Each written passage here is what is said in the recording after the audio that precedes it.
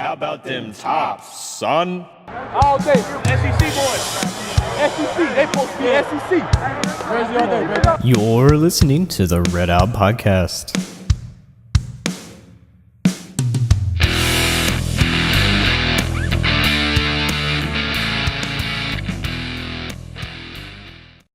Hello everyone and welcome into a Red Out short clip here. This is from our latest episode. Hope you enjoy. Can we just go ahead and dispel that it's hard to beat a team 3 times? Because I was listening to the radio the other day. Patently false. 72% of the time, the team beats them the 3rd time. Because guess what? If you beat them twice, you're just a lot better than that team.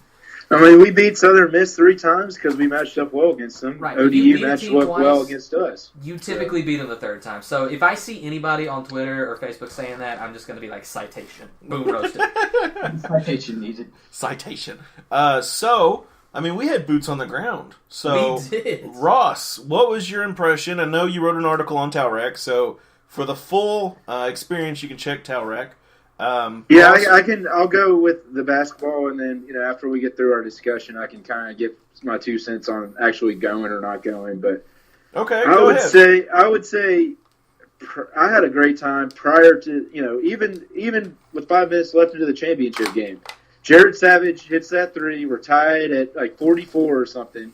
We're where we want to be. Prior to that, we played our most complete game of the season against North Texas. Yep. Looked great. The second game, we looked like crap in the first half against Southern Miss and still blew them out by like 12 points.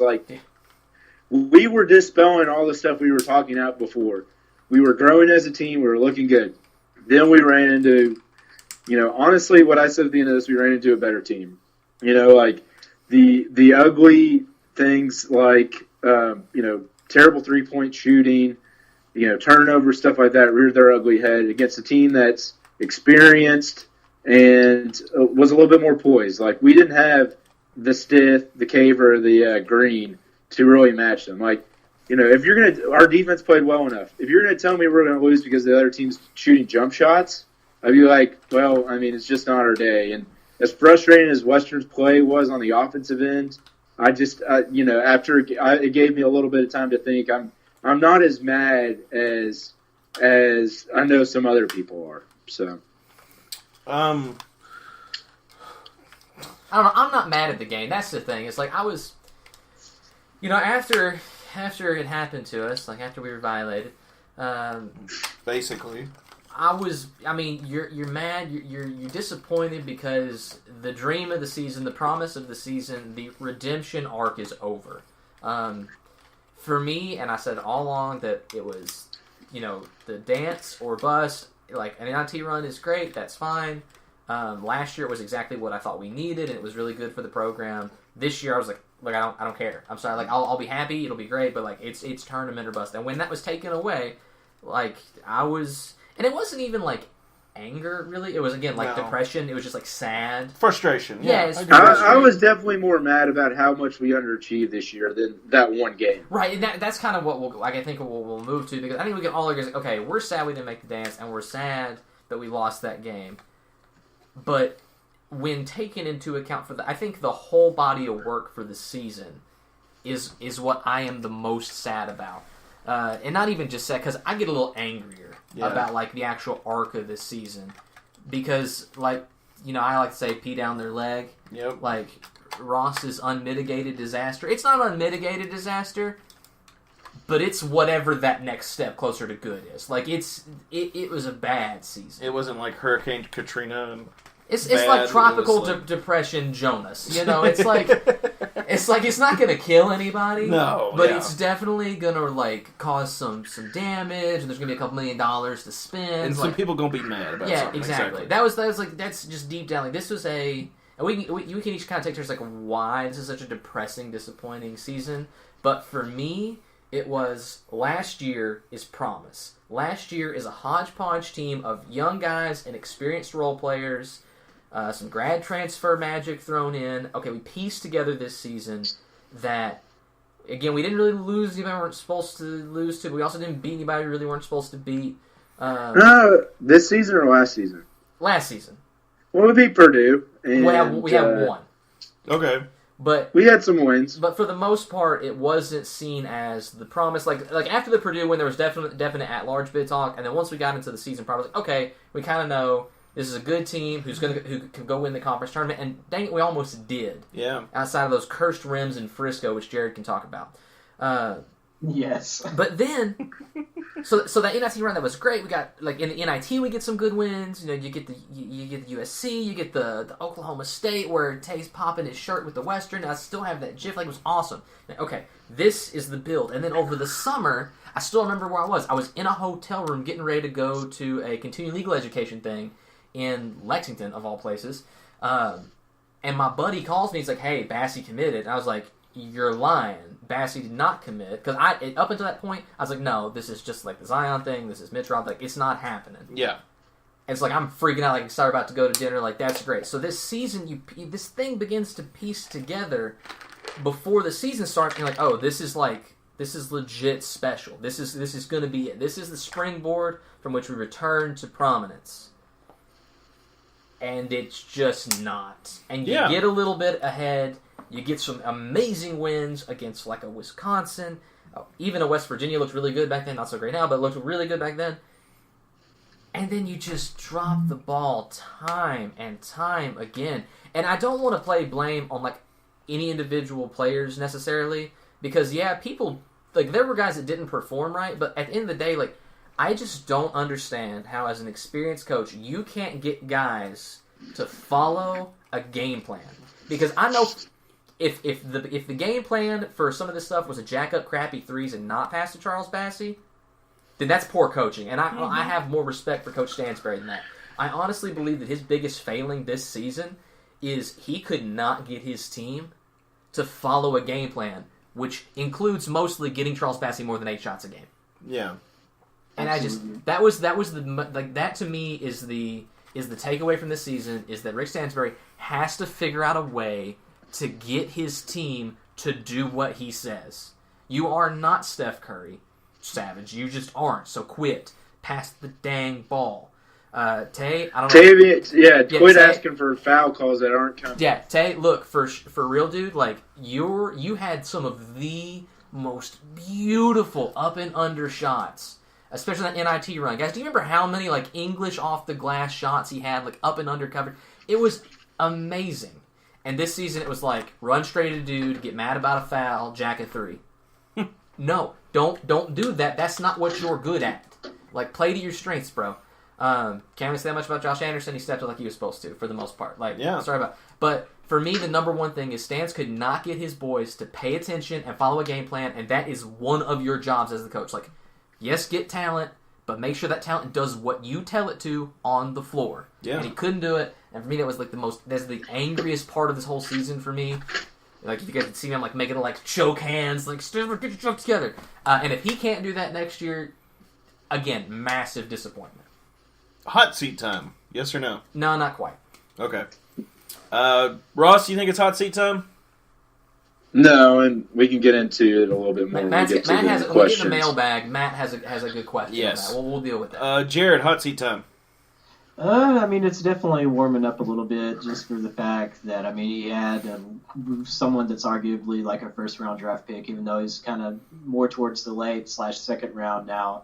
But, I mean, it's just disappointing. I think our expectations may have been a little high. I mean, one thing that I learned for sure this season is just how important Justin Johnson was last season. Amen. I mean, he was just such a workhorse. He was super underappreciated, even though, I mean, he was still one of the senior leaders and everything. I mean, he was what made that team last year. And while we have some really good talented young players, I mean, there's a lot of the things we saw this season just comes with immaturity. And, I mean, there's no real way to kind of get around that. I don't know. I will push back on that expectations like being overhyped, because when you have arguably the like most talented player you've had since like modern recruiting, like Haskins, like all of them aside, like you have that talent, you have a top 50 player or a top 60 player in Anderson, you have Banton who's supposed to be the next coming of point guard Christ. You have all of these people who are athletically and like physical talent level a leg up on almost everybody in the conference aside from a couple of dudes. I mean, I honestly think that there was no reason why. Now, maybe, like, at large at the beginning of the season might have been a little bit, but after the Wisconsin win, after the St. Mary's win, this like string you're putting together, I think that was like the exact amount of hype, and I think the team just flat out failed. Yeah, Well, that's the disappointing thing. It's not like we didn't have good wins. It's not like we didn't show our potential sometimes. It's just that when it mattered the most, like, that last game in Frisco, we just totally got out-poised, out-executed, out whatever you want to talk about. I mean, I agree with Jared that there's a lot of that to youth. Like, I absolutely, that is youth, but at the same time, like, they wasn't all youth. In my opinion, the Old Dominion game was 100% coaching because, I mean, Jeff Jones knows how to beat Western, and that's to make them shoot threes, and Western shot 22% from deep that game. Yeah, so, I agree that's how you do it. They couldn't get the ball inside. There was nothing they could do about it. And we saw one season underrated aspect it was the missed free throws. I mean, we did what we always do. We drew fouls, but I mean, how many times did we miss the front end of a one-on-one either to I think there was one we missed to give us a 4-point lead, like with 8 minutes left, and then there was one when we tied the game. Bassey got one and then missed it, and then they go down the court and shoot a three. There was, every time we had a chance to take the momentum, especially at the free throw line, we just couldn't execute in that game. So we were talking about sacrificing. Old Dominion must have some versions of sacrifice, at least for the football program, or the basketball program, because missed free throws is absolutely like their bread and butter. Yep. Like, that's the whole thing. I mean, that's how they won all 3 games. Yeah, I mean, exactly. Zach Bryant for UAB had him dead to rights, and then I guess Louisiana Tech had him dead to rights, and they just, I kind of just wish one of those would have done the favor for us so we didn't have to face them. But yeah, it's the Rams, I'm telling you. I guess, man. There's something, they got some juju going about missed free throws, dude. Yeah, I don't know. I don't know if they sacrificed a virgin, but, Lord help them if they actually played a good team like Murray State. If you weren't twice my size, I'd headbutt you. Oh, no. I was just completely just going for Jared there just to see if he would react. Devin knows how to trigger me really well. Oh, I've almost come to an arc. I went off to work at work today. Somebody said something about Murray State. I was like, I hope they get blasted on Marquette by 40. Like, I just can't wait.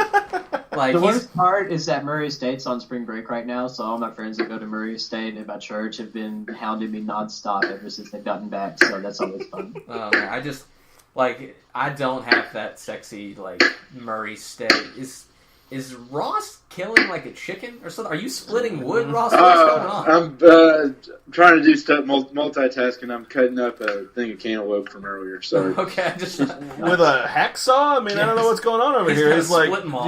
Just a standard knife. Oh, okay. Little do you know, Ross grows cantaloupes that are the size of trucks. And he's cutting them up.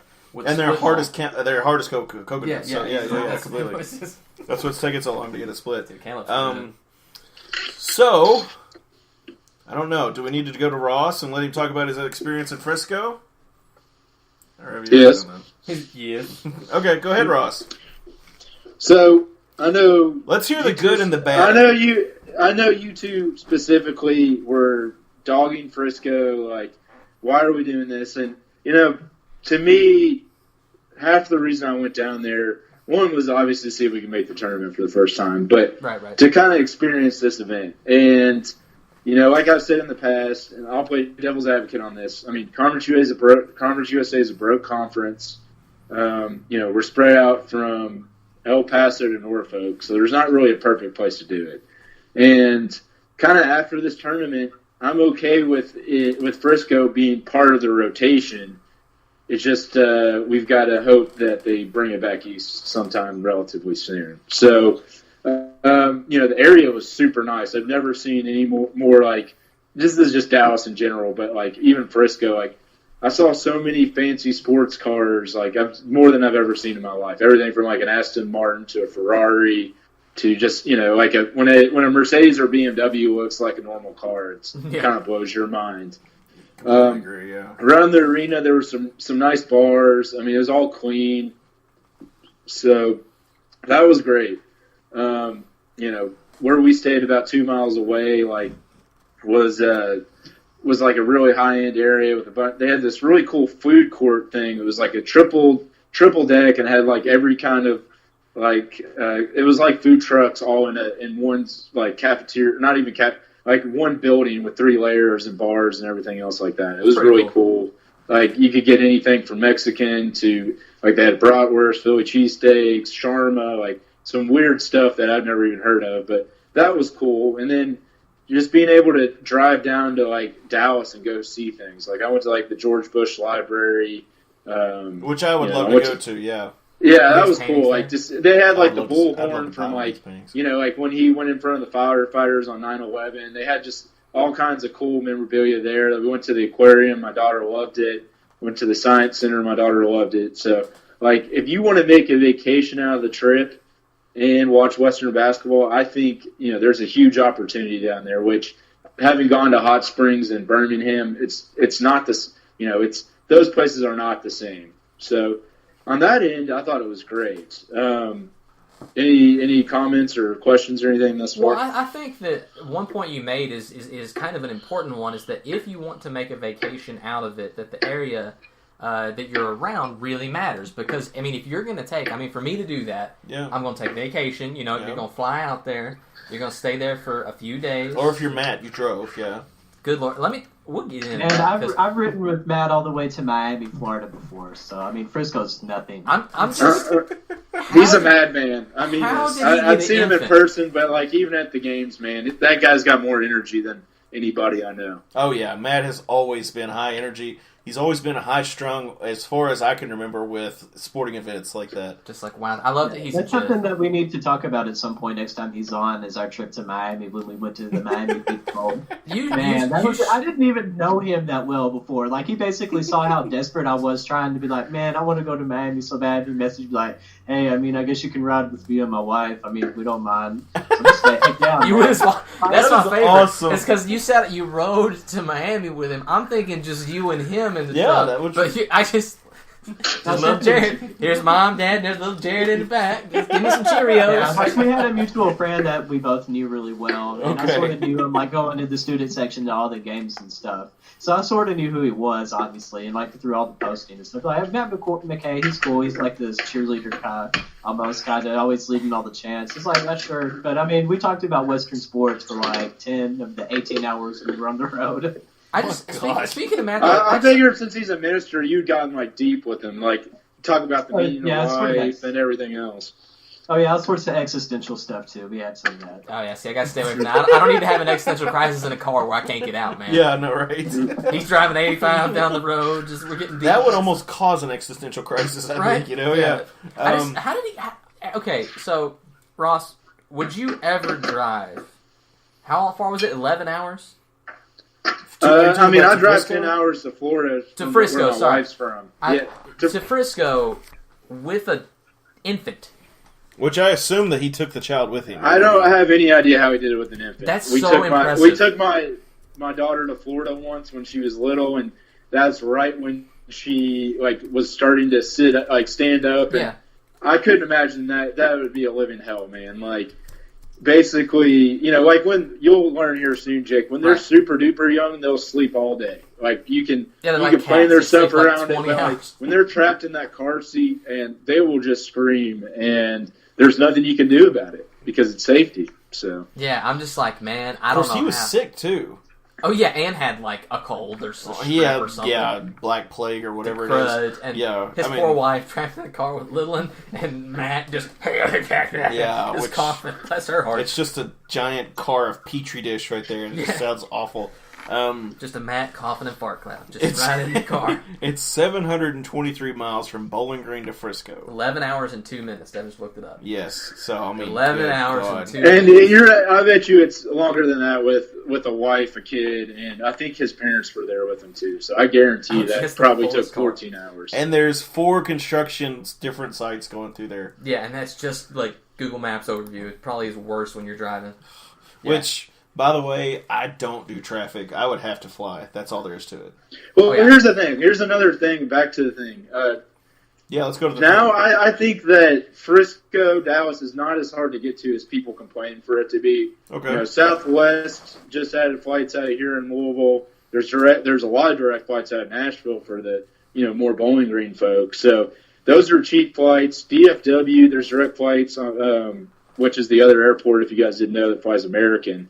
There's direct flights. So I mean, if you really wanted to plan in advance, buy the tickets right when they came out, like, you can get round trip tickets for, I mean, probably less than $200 if you plan correctly. So, I mean, I think the key with this trip would all be around planning as opposed to just spur of the moment.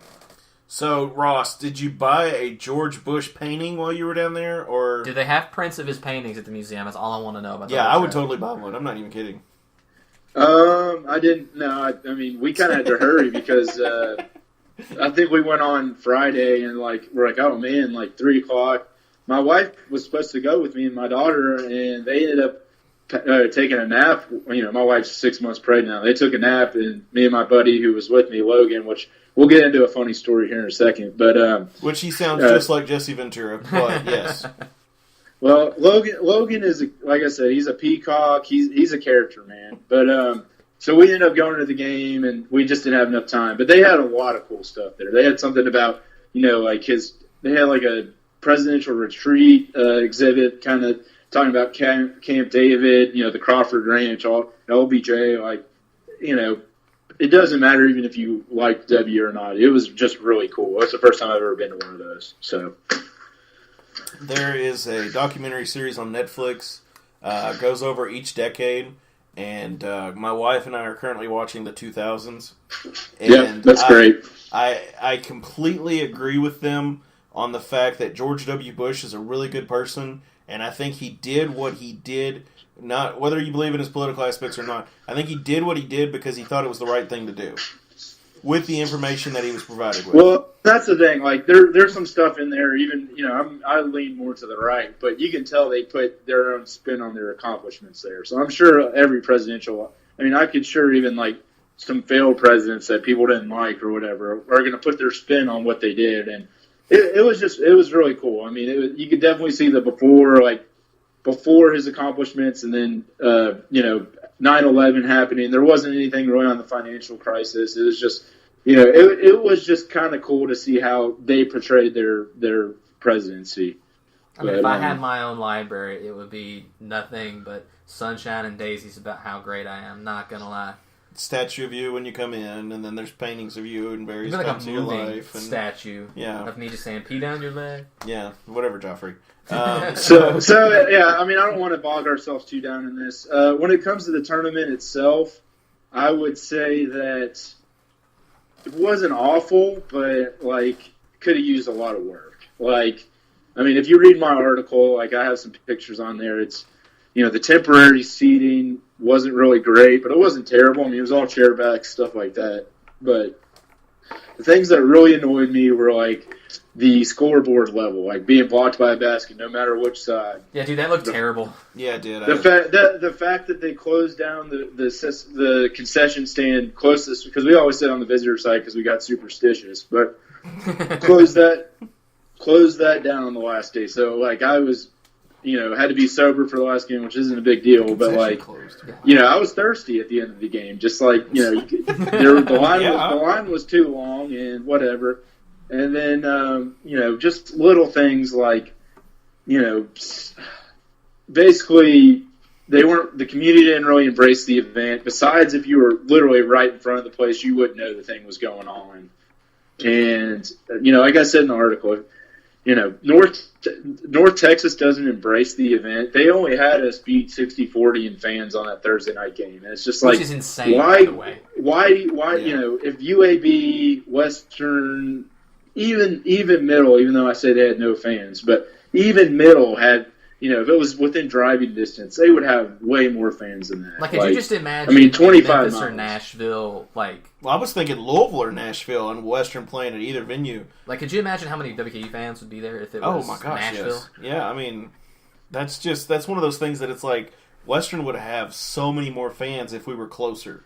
I'm not gonna lie. If I had to just hey, how should we decide where this is gonna be? Yeah. If you want to pick 5 or 6, regionally speaking, different cities for venues, and pretty sure that was a flush, but yeah, it's fine.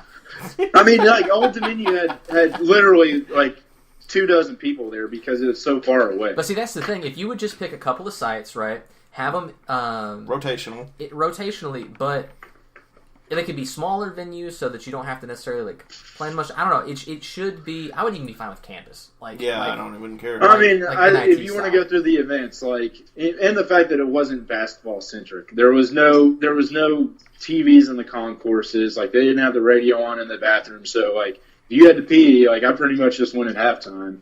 Yeah, like everybody else. It's just like, well, yeah, but like, just little stuff like that where it's like, get your stuff together, make a better experience for these people that, come a long way. And then, I'll tell you my one funny story with the Marshall fan, which, I thought was freaking hilarious. Which, by the way, I think it's great that Ross picks out the one event with a Marshall fan. And that's the only thing. I'll give Marshall credit. They had about as many fans as us, maybe slightly less, but their fans care, which has always been my argument. So, well, it's because they are Marshall. So yeah. It's because they're West Virginia. They don't have anything else to do. But okay. Exactly. They don't have jobs anymore because the coal mines all closed. Right. So, anybody that supports a mid-major school is okay in my book when it comes to that kind of stuff, because we all know how hard it is. Like I said, it's easy to go to the SEC tournament. It's easy to go to the ACC or go follow a big school. To do something like this, it takes dedication. People kind of look at you like, why are you wasting your time with this? Like, to me, like, that's kind of what I like about going to, follow Western around as opposed to like, following UK or somebody else around, because the payout might not always be there, but you're going to have a unique experience that not everybody else is going to do. That's respectable. So, Ross, you didn't have a big issue with the curtain, is what I got from the article. It really wasn't. I mean, it's funny to make fun of, but like, it's not that big of a deal. It doesn't look tacky. The only thing that's annoying is if the other game's going on at the same time, you're going to hear it a little bit. But other than that, it's not a big deal. So. Yeah, I mean, I think that was always Jake and I's biggest complaint with the curtain, is that it just seemed really ghetto. It's purely appearance for me. Yeah. It's purely like prestige. My number one complaint with Conference USA is they don't have their stuff together. That's my number one thing. It seems like they put things together last minute, or like my number one thing that I want to know now, and I don't know how we'd go about getting the information. I want to know who else bid. Well, not necessarily. I want to know like what's the money involved in this Frisco deal. Like, is the conference, like, what benefits, like, what's the reason that it's in Frisco, aside from having, like, a lot to do in Dallas and it being, like, a really, like, Well, I think it's Conference USA is based out of Dallas.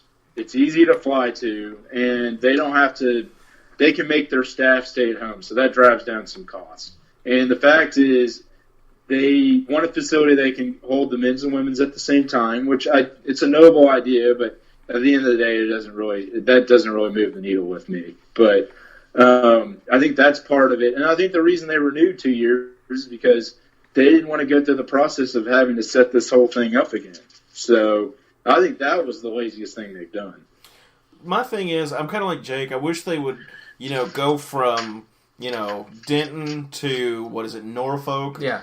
Or whoever's the farthest east. Go from those two schools, find out what is the middle school.